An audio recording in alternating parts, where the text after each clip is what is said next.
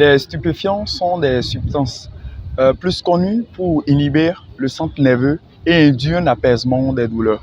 Pour illustrer, on peut parler donc de la cigarette, du tabac, de la cocaïne.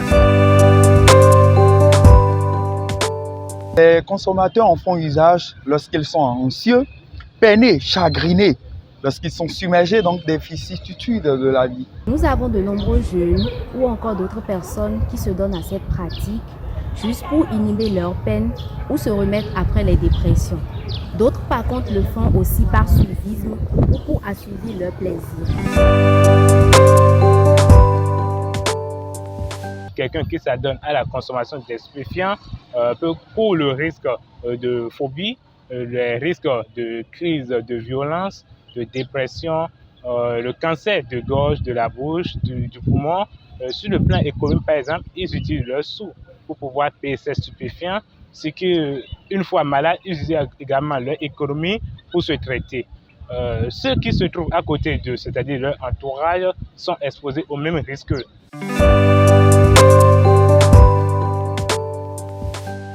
Les consommateurs dépendants des stupéfiants sont considérés comme des délinquants dans notre société. Ils sont mal vus, ils ne sont pas respectés. Les agents de police qui devraient assurer la sécurité de nous tous les réprimandent, on les jette en prison, croyant leur faire du bien.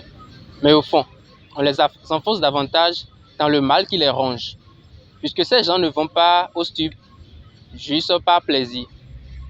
Ils le font parce qu'ils ont des soucis, ils le font parce qu'ils ont besoin de ça pour survivre au quotidien. Et nos dirigeants aussi oublient que ce sont aussi des humains qui ont des droits. On ne prend pas le temps de trouver des solutions au mal à la source. Au lieu de voter des lois contre les importateurs, les revendeurs des stupéfiants dans notre société, on vote davantage de lois contre les consommateurs. Et cela ne profite pas à notre société et ne nous permet pas vraiment de faire la promotion des droits humains.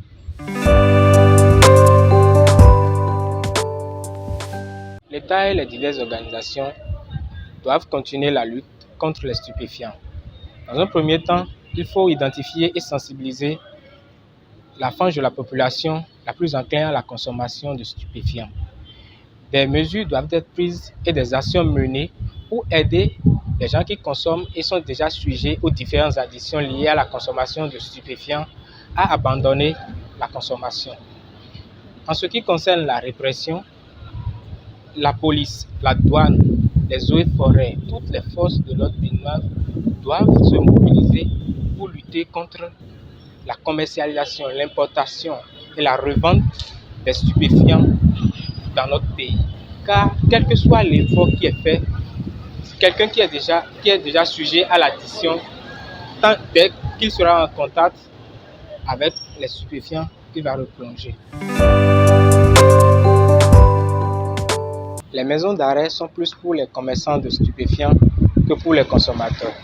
Au lieu de punir les consommateurs, aidez-les à ne plus en sentir le besoin. La jeunesse notamment a besoin d'accompagnement psychologique et en particulier les détenus qui sont sans soutien mental pour se remettre après les dépressions.